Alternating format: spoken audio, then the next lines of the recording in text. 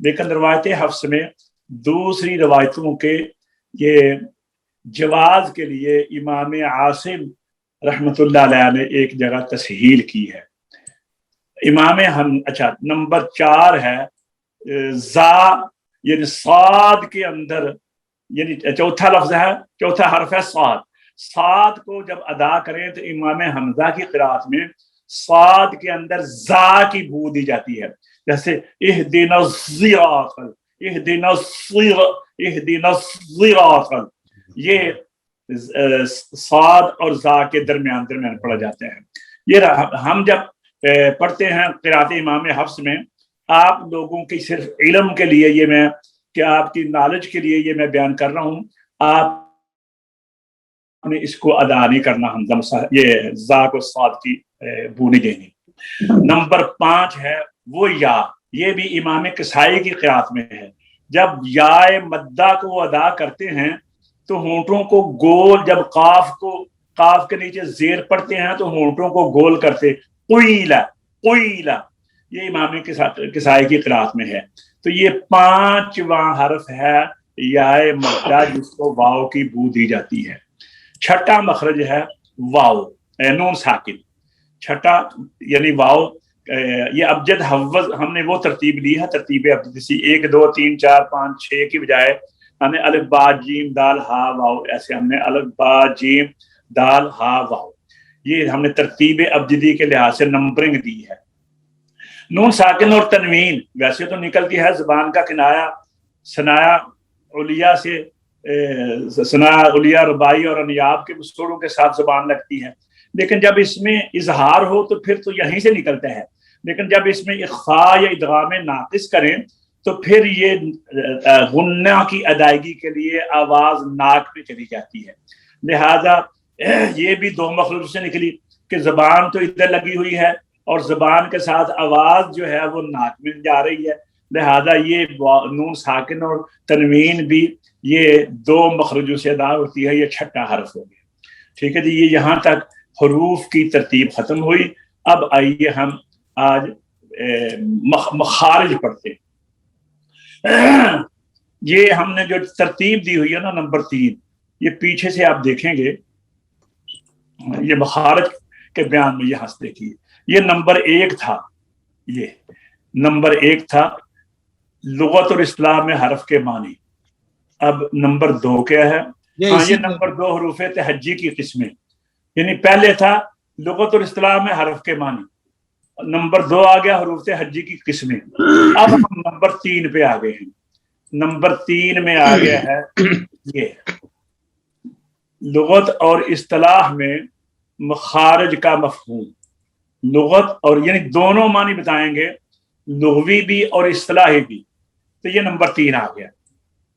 مخرج لغت میں اس مقام کا نام ہے جس سے کوئی چیز نکلے، یعنی خارج ہونے کی جگہ، نکلنے کی جگہ. جیسے پانی چشمے سے نکلتا ہے تو وہ چشمہ پانی کا مخرج ہے. روشنی لیمپ سے نکلتی ہے، ٹوب سے نکلتی ہے تو اس کا مخرج ہے.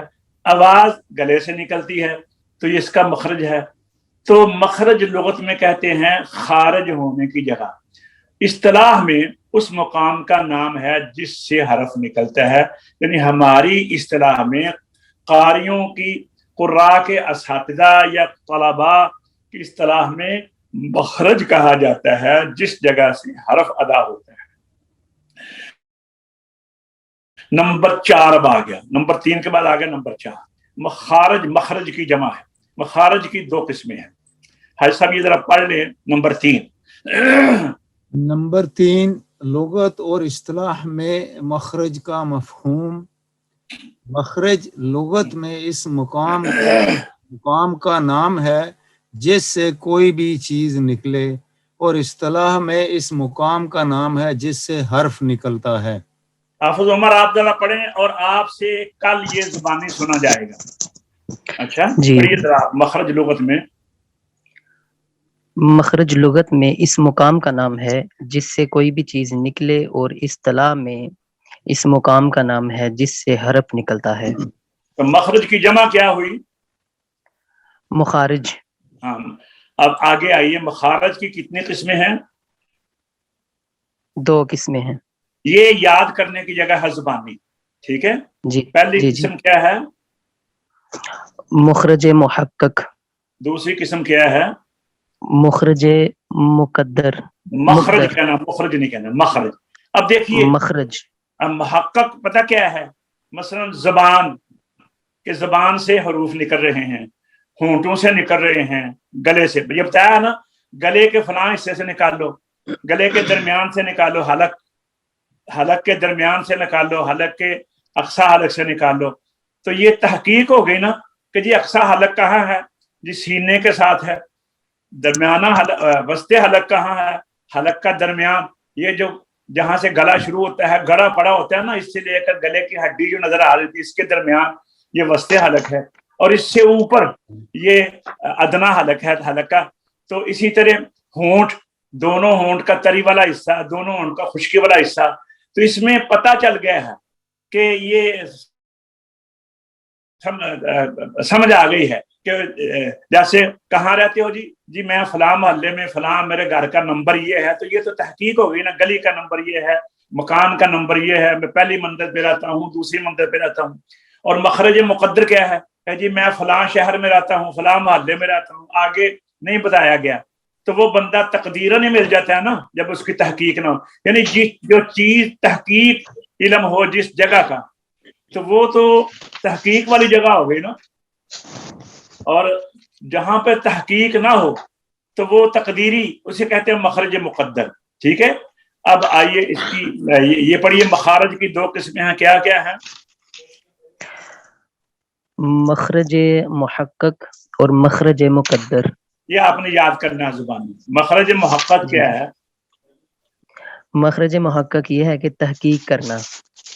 پڑھیے آگے، یہ اور یاد مخرج کرنا ہے. محقق، جی.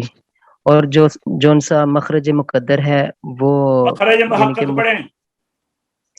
مخرج محقق وہ ہے جس کا دار و مدار یا تعلق جسم کے ایک خاص حصہ سے ہو، جیسے جسم کا حلق. خاص حصہ، جیسے حلق. جیسے حلق، زبان اور دونوں ہونٹ. ہاں، یہ خاص حصے ہیں جو تحقیق شدہ ہیں. اور جو غیر تحقیق شدہ ہیں وہ بڑی آگے. مخرج مقدر، مقدار غلط لکھا ہے، یہ الف زائد ہے، یہ غلطی سے کاتب کی غلطی ہے. مخرج مقدر وہ ہے جس کا دار و مدار جسم کے غیر معین جز سے ہو. ادھر بھی واو لکھا ہے، جو لکھا جاتا ہے، واو پڑھا نہیں جاتا. جیسے خواہ خواہ لکھتے ہیں نا، تو وہاں جی پہ جی واو زیادہ ہوتی ہے لیکن الف ہی پڑھا جاتا ہے. جز سے ہو. اور ایسے حروف مدہ ہیں جو مخرج مقدر یہ جوف کہہ دیا دہن جاتا سے ہے، میں آپ کو نکلتے ہیں. بتاؤں گا کہ زبان کے جوف دہن کہاں سے شروع ہوتا ہے؟ جب ہونٹوں کو منہ کھول لیں تو ہونٹوں کے درمیان سے شروع ہو کر حلق کے اندر چلا جاتا ہے سینے تک. یہ سارا جوف دہن ہے. وہ جو منہ کے اندر سے داخل ہو کر نا، وہ جو سانس کی نالی جاتی ہے نا اندر، وہ سارا جوف دہن. تو یہ ایک جگہ متعین نہیں ہے. اسی طرح خیشوم یعنی ناک کی ہڈی، اس سے غنہ نکلتا ہے. تو یہ 2 ہو گئے مخارج مقدر. 2 کون کون سے ہوئے؟ ایک جوف دہن، مخرج جوف دہن اور خیشوم ناک کی ہڈی. عربی میں خیشوم کہتے ہیں، اردو والے اس کو ناک کا بنسا کہتے ہیں. ٹھیک ہے.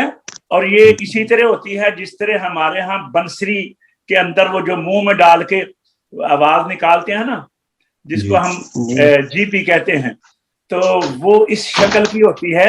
اور اس میں سے وہی آواز نکلتی ہے جو ناک میں سے نکلتی ہے، گنگناہٹ. تو اللہ تبارک و تعالیٰ نے، انسان نے بھی اس کو دیکھ کر ہی وہ بنائی ہوئی ہے. اچھا، اب صوفی صاحب ہیں، صوفی ریاض صاحب. جی السلام علیکم ورحمۃ اللہ وبرکاتہ. راجہ صاحب بھی ہیں. جی قبلہ. اور کوئی دوست بھی ہے؟ جی حاجی صاحب تو ہو گئے نا، اور تو کوئی نہیں ہے نا. ٹھیک ہے. اب پڑھیے، مخارج کی تعداد کتنی ہے؟ یہ نمبر 5 آ گیا جی، مخارج کی تعداد. اس میں 3 اقوال ہیں، 3 امام ہیں جو جنہوں نے علم تجوید کی بنیاد رکھی ہے نا، جن بزرگوں نے، وہ 3 امام ہیں. سبحان اللہ. ماشاءاللہ. ایک امام ہے، دیکھو کہ ان کا کام ہے، تو یہ حضور علیہ الصلوۃ والتسلیم کے قریب دور سے یہ بزرگ گزرے ہیں علیہم الرحمہ. اور دیکھیے آج بھی ہم ان کو یاد کر رہے ہیں. انسان میں اچھی چیز کی بنیاد رکھی ہو تو اللہ تبارک و تعالی صبح و قیامت تک اس کو قائم رکھتا ہے، اور پھر قیامت کے بعد بھی ان کا اعزاز ملے گا انشاءاللہ. تو حروف کی تعداد کتنی ہے حافظ صاحب؟ مخارج کی، حروف کی جو پیچھے پڑا ہے. جی حروف کی مقدار 28 بھی ہے، 29 بھی ہے. مقدار نہیں، میں تعداد کہیں نا. حروف کی تعداد ابھی آپ 29 کہیں. کتنی ہے؟ جی 29. یہ ذہن میں رکھیں کہ الف اور یا کو اگر 1 پڑھیں تو پھر 28 ہے. ٹھیک ہے. جی حروف کی تعداد کتنی ہے؟ 29 ہے. اور مخارج کی تعداد ہے امام خلیل کے نزدیک 17 رحمت اللہ علیہ. کیا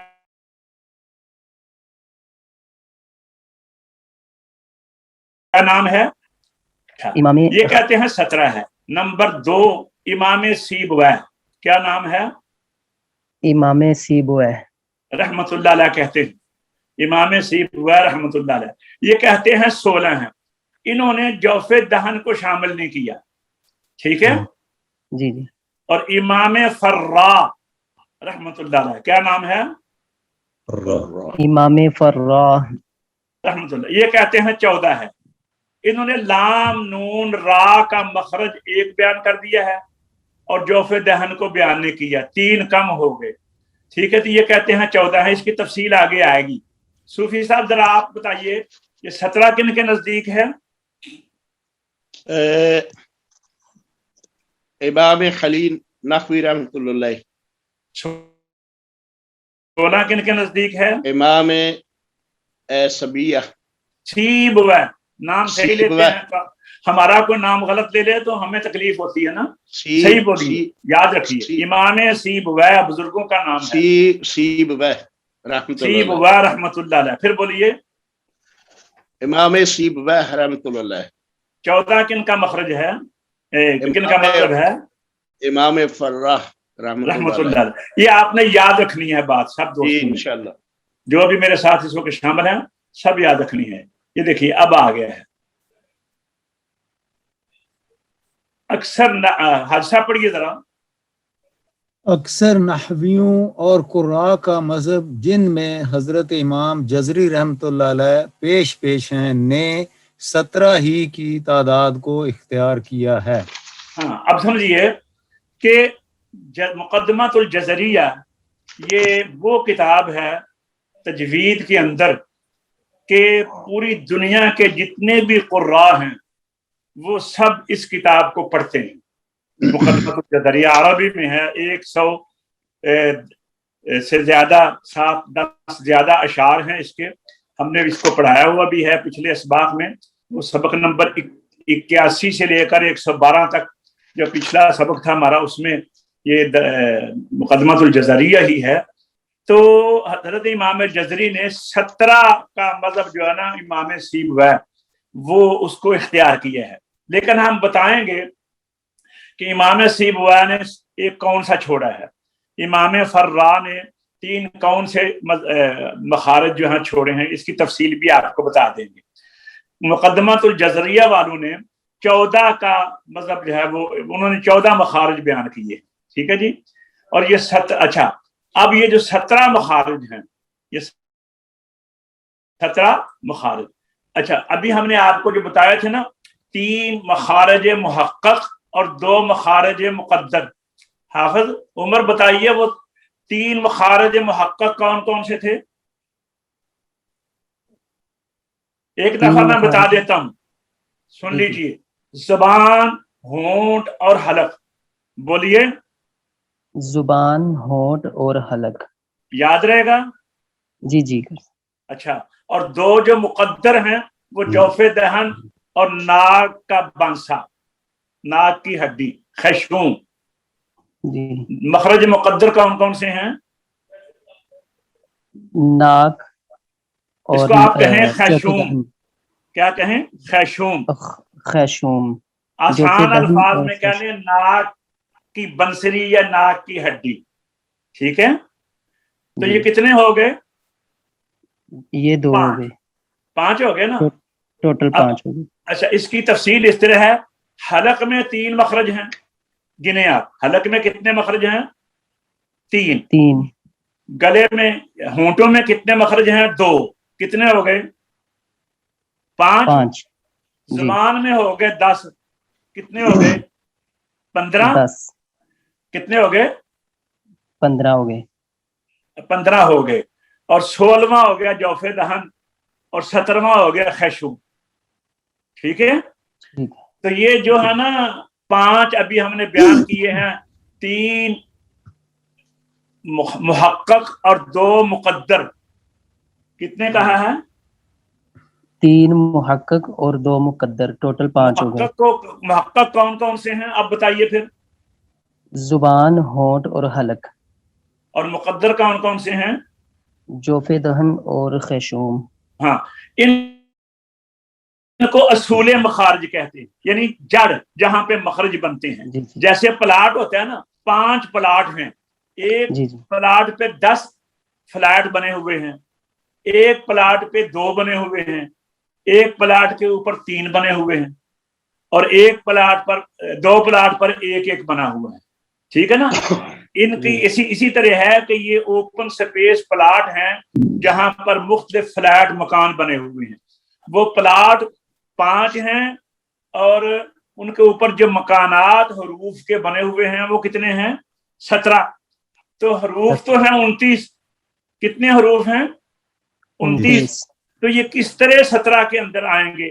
وہ اس طرح کہ ایک مکان میں جیسے ایک بندہ بھی رہتا ہے، 2 بھی رہتے ہیں، 3 بھی رہتے ہیں، تو اسی طرح ایک مخرج سے ایک حرف بھی نکلتا ہے، 2 بھی نکلتے ہیں، 3 بھی نکلتے ہیں۔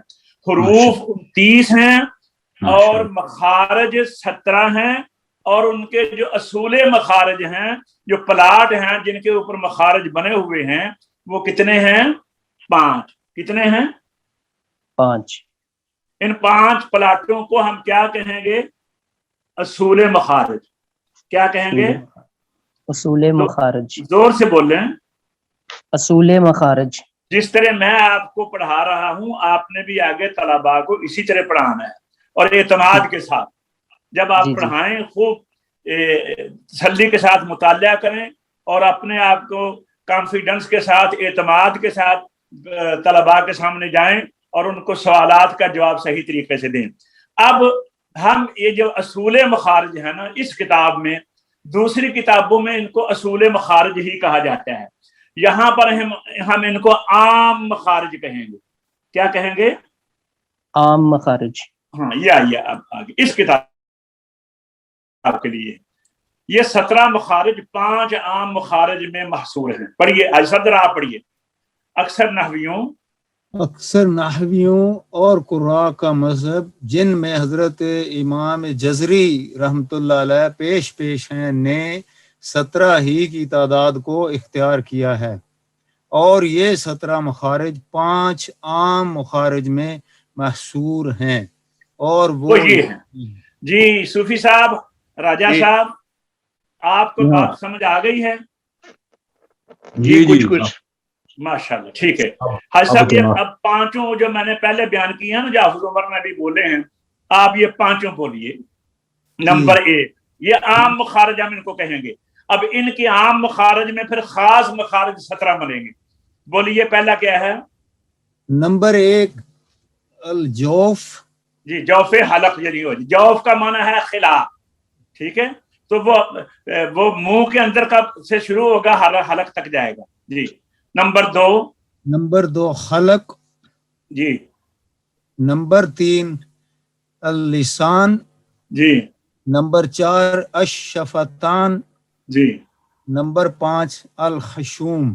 خیشوم۔ ٹھیک ہے جی، سمجھا گئی ہے؟ اس کو اچھی طرح یاد کر لیں۔ یہ دیکھیے ذرا، اچھا، یہ نیچے کی عبارت ہے بڑی خوبصورت۔ یہ ذرا پڑھیے حاجی صاحب. قرآن کا قاری اگر قرآن کی دعوت پر لبیک کہہ کر بدی اور ظلم کی طاقتوں کے خلاف درستگی اور نیکی کی جنگ لڑنے کھڑا ہوتا ہے تو وہ یہ محسوس کیے بغیر نہیں رہ سکتا کہ اس جنگ میں خود خدا اس کا ساتھی ہے. سبحان اللہ. وہ اس کے آگے اور پیچھے، دائیں اور بائیں، سر پر اور سینے کی گہرائیوں میں موجود ہے. وہ اس کا خنجر جہاد ہے، وہ اس کے بچاؤ کی ڈھال ہے، وہ اس کے بازوؤں کی قوت ہے. اور سب سے بڑی دعوت کیا ہے آپ لوگوں کے لیے کہ آپ قرآن کریم لوگوں کو پڑھانے کے لیے کمر بستہ ہو جائیں. تو پھر دیکھیں اللہ تبارک و تعالی ضرورت یہ ہے کہ انسان کے اندر اخلاص ہو. کیا ہو؟ اخلاص، اللہ کی رضا. اخلاص کسے کہتے ہیں؟ کہ جو کام بھی آدمی کرے وہ اللہ کی رضا کے لیے کرے. جب اللہ راضی ہو جائے گا تو پھر حافظ عمر صاحب بندے کو پیسے بھی ملیں گے، بندے کو عزت بھی ملے گی، اور بندے کو جناب والا ہر وہ چیز ملے گی جو اس کے لیے بہتر ہے. ٹھیک ہے جی. اب آئیے، یہ بتایا گیا ہے کہ کون سے عام مخرج میں کتنے کتنے مخارج ہیں. جی حافظ عمر پڑھیے ذرا. جوف کا ایک مخرج، جی. حلق کے 3 مخارج، زبان کے 10 مخارج، جی. ہونٹوں کے 2 مخارج، اور خیشوم کا 1 مخرج. پھر بولیے ایک دفعہ. جوف کا 1 مخرج، حلق کے 3 مخارج، زبان کے 10 مخارج، ہونٹوں کے 2 مخارج، اور خیشوم کا 1 مخرج. ٹھیک ہے جی. اب آ گیا ہے عام مخارج میں پہلا مخرج. ٹھیک ہے جی. عام مخارج میں پہلا مخرج. تو اب میرے خیال میں آج اتنا کافی ہے. آپ اس کو جتنا میں نے پڑھایا ہے یہ سب دوستوں نے اس کو یاد کرنا ہے. کل انشاءاللہ العزیز ہم مخارج کی تفصیل میں جائیں گے.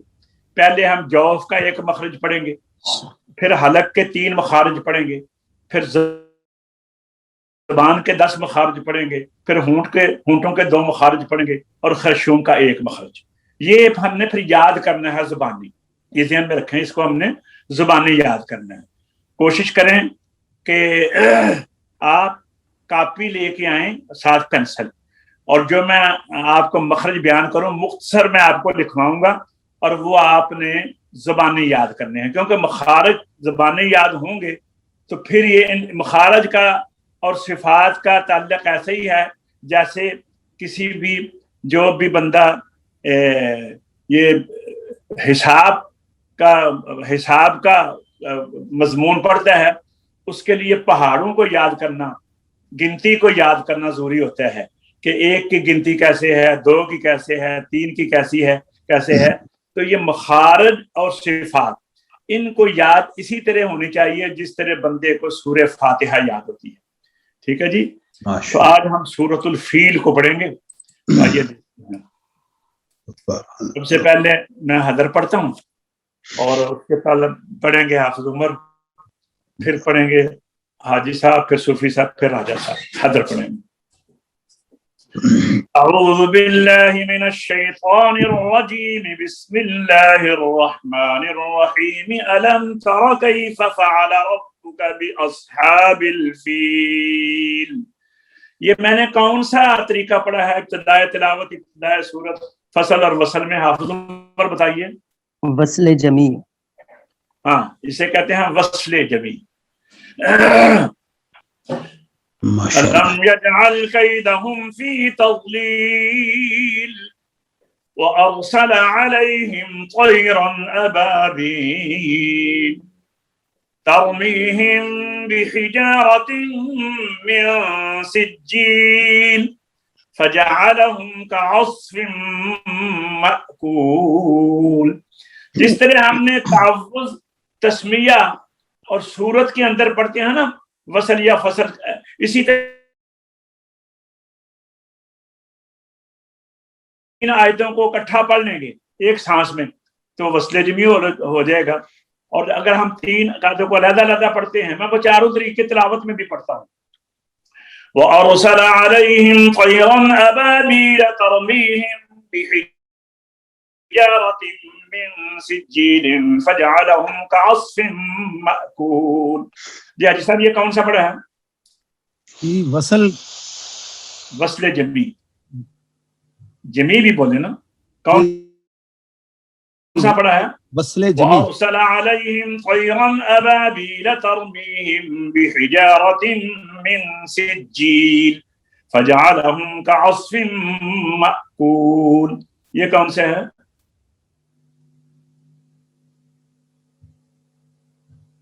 پھر سن لیجئے. وَأَرْسَلَ عَلَيْهِمْ طَيْرًا أَبَابِيلَ تَرْمِيهِمْ بِحِجَارَةٍ مِّن سِجِّيلٍ فَجَعَلَهُمْ كَعَصْفٍ مَأْكُولٍ. جی وصل اول اور فصل بثانی. ہاں بالکل ٹھیک ہے. اب دوبارہ سنیے. وَأَرْسَلَ عَلَيْهِمْ طَيْرًا أَبَابِيلَ تَرْمِيهِمْ بِحِجَارَةٍ مِّن سِجِّيلٍ فَجَعَلَهُمْ كَعَصْفٍ مَأْكُولٍ. فصل اول بثانی و وصل بالثالث. ٹھیک ہے جی. ہاں جی حافظ عمر صاحب آپ پڑھیے، حیدر پڑھیے. أعوذ بالله من الشيطان الرجيم بسم الله الرحمن الرحيم ألم تر كيف فعل ربك بأصحاب الفيل ألم يجعل كيدهم في تضليل وأرسل عليهم طيرا أبابيل ترميهم بحجارة من سجيل فجعلهم كعصف مأكول. جی ایسا پڑھیے. اعوذ باللہ من الشیطان الرجیم بسم اللہ الرحمن الرحیم ألم تر كيف فعل ربك بأصحاب الفيل ألم يجعل كيدهم في تضليل وأرسل عليهم طيرا أبابيل ترميهم بحجارة من سجيل. آپ نے ترمیہم کے اوپر اخفاء شفوی نہیں کیا. پھر پڑھیے. ترميهم بحجارة من سجيل فجعلهم كعصف مأكول. صوفی ریاض صاحب.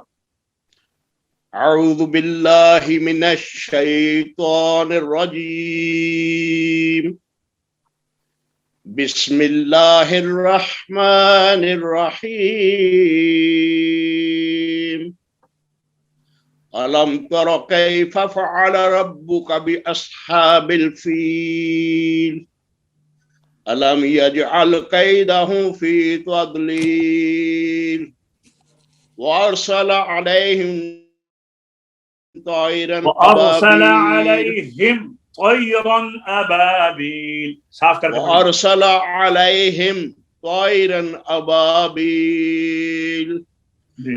ترميهم بحجارة من سجيل. ترمیہم کی جو ہا ہے اور بحجارہ کی جو ہا ہے، یہ دونوں ڈیفرنٹ ہیں، علیحدہ علیحدہ ہیں. ان کو علیحدہ علیحدہ پڑھیں. ترميهم بحجارة. نہیں جب ترمیہم کہیں گے نا تو زور نہیں لگائیں، آرام سے سینے کے اندر آواز چلے جائے. جب بحجار تو وہاں پر ذرا جماؤ سے پیدا کریں. ترمیہم بلکہ سادہ سا ترمیہم جی. ترميهم بحجارة من سجيل. آپ یہ جو گول ہا ہے نا، اس کے اوپر تھوڑی سی محنت کریں. اس کو دیکھیں، اپنا خود نکال کر دیکھیں، اس کی ریکارڈ کر کے دیکھیں کہ آپ صحیح پڑھ رہے ہیں. آپ تھوڑا سا زور لگا دیتے ہیں تو وہ زور یہ نکلے گا حلق کا وہ حصہ جو سینے کا، یہ سمجھے کہ سینے سے نکلتی ہے، جیسے سینے پہ ہاتھ رکھے نا تو کہیں ہاں تو یہ آواز ہے، یہ آواز نہیں، یہ جب بندہ حضرت پھر پڑھوں؟ بیمار ہو تو کرتا ہے نا ہائے ہائے، یہ وہ ہاں جی پڑھیے ذرا پھر. ترمیہم ہاں بحجارۃ من سجیل جی وجعلہم کعصف مأکول. راجہ زبیر صاحب کا پڑھنا بڑا کمال ہے، کیونکہ ماشاءاللہ یہ دیکھیے کہ انشاءاللہ یہ بہت جلدی خوبصورت پڑھنے لگیں گے، ابھی بھی اچھا پڑھ رہے ہیں ماشاءاللہ. یہ راجہ صاحب پڑھیے. اعوذ باللہ من الشیطان الرجیم بسم اللہ الرحمن الرحیم ألم تر كيف فعل ربك بأصحاب الفيل ماشاءاللہ ٹھیک ہے، ألم يجعل كيدهم في تضليل ماشاءاللہ ٹھیک ہے. وأرسل عليهم طيرا أبابيل ترميهم ترمیہم، یا کا پورا کریں، ترمیہم. بحجارة من سجيل فجعلهم كعصف مأكول. ماشاءاللہ ماشاءاللہ. اب ہم مشق کریں، آئیے مشق کرتے ہیں. حافظ عمر صاحب آپ میرے پیچھے پڑھیں گے. اعوذ باللہ من الشیطان الرجیم بسم اللہ الرحمن الرحیم.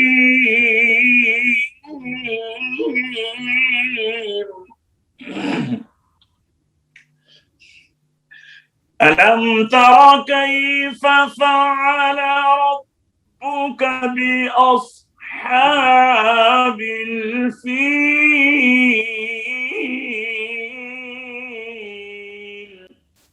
جی أعوذ بالله من الشيطان الرجيم بسم الله الرحمن الرحيم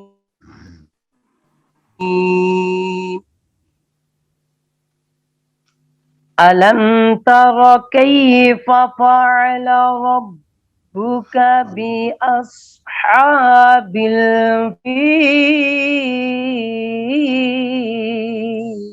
سانس لے کر بسم اللہ کے ساتھ ملا کر پڑھیں، زور سے بلند آواز پورا زور لگائیں. بسم الله الرحمن الرحيم ألم تر كيف فعل ربك بأصحاب الفيل. ألم يجعل كيدهم في تضليل وأرسل عليهم طيرا أبابيل. ألم يجعل كيدهم في تضليل وأرسل عليهم طيرا أبابيل. طيران کی را کے اوپر دو زبریں ہیں، اس کو پر پڑھنا ہے. پھر سنیے وأرسل عليهم طيرا أبابيل.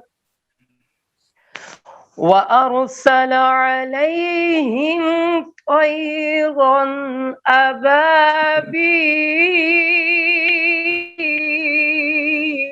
ترميهم بحجارة من سجيل.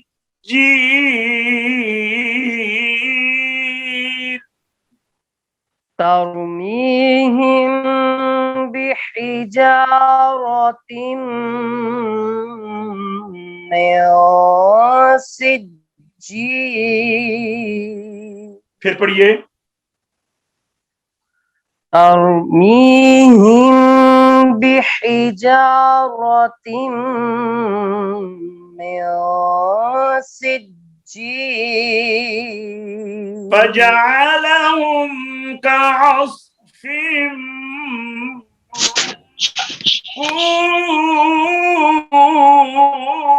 مأكول فجعلهم كعصف مأكول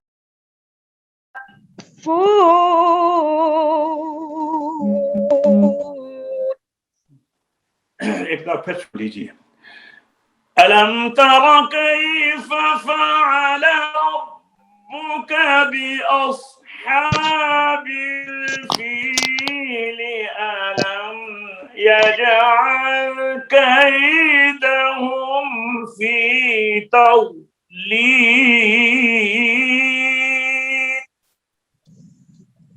وأرسل عليهم طيرا أبابيل ترميهم بحجارة من سجيل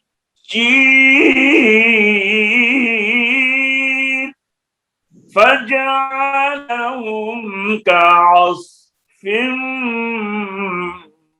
مأكول ما شاء الله. صدق الله العظيم. پڑھیے صدق صدق اللہ الحمدللہ درس قرات کا آج کا سبق اختتام تک پہنچا. انشاءاللہ اگلے سبق کے نئے سبق کے ساتھ آپ کی خدمت میں انشاءاللہ منڈے کو سوموار کو دوبارہ حاضر ہوں گے. اس وقت تک کے لیے دعاؤں کے ساتھ اجازت دیجیے. اللہ ہم سب کو اپنے حفظ و امان میں رکھے, ایمان کی جان کی سلامتی کے ساتھ اللہ تبارک تعالی ہر وبا سے محفوظ رکھے. خدمت قرآن کریم اور دین کی خدمت کے لیے ہمیں خاص بندوں کے ساتھ ہماری نسبت ہو جائے. اللہ تبارک و تعالی سے دعائیں کیجیے. السلام علیکم ورحمۃ اللہ تعالی وبرکاتہ.